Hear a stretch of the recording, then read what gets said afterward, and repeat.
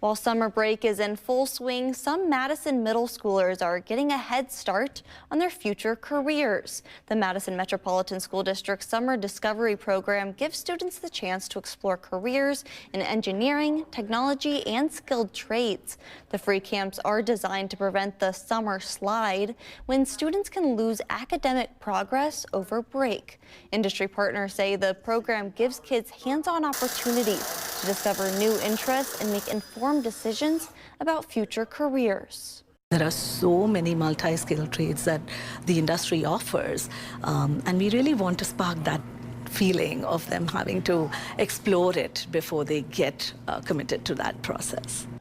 The Summer Discovery Program was created thanks to the partnership between MMSD and the American Transmission Company.